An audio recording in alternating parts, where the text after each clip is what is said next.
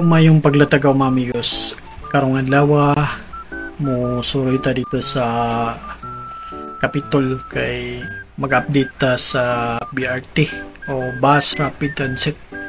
So padung talakaw mga amigos, mag-ilis pa ko. So ato na to ang Capitol kay lahi na po ang katrabaho dito o diri sa Puente lahi set. So wa pa ko ka-adto dito mga amigos. Nakita lang ako sa post sa Facebook nga dunay ga-update dito mga amigos. So dunay na porma na dito sa Capitol ng sa provincial Capitol ba. So dodoo lang man diri pa atong nakawon doon. So mag-ilis ako. 500 steps later. Alright, mayong paglatagaw mga amigos. For today's video, moadto kita dito sa Capitol.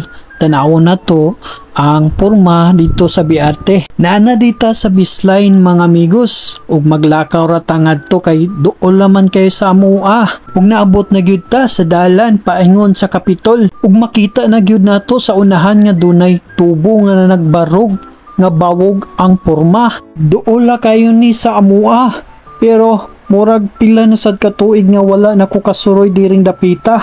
Alright mga amigos, na ta sa San Romeo karon. Ba't parang masama loob niyo, ha? Sa San Romeo na mo. Sa Capitol. Una na ta diri mga amigos.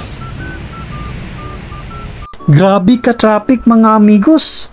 Ang mga sakyanan halos dili na kalihok tungod sa kadaghan nila. Ug naabot na gyud ta sa tungod sa gitrabaho nga BRT. Sa akong nakita mga amigos, walay nagtrabaho. Ug akong nabalitaan nga gipahunong daw kuno ni og trabaho. Ambot unsa ning na nagbarog mga amigos.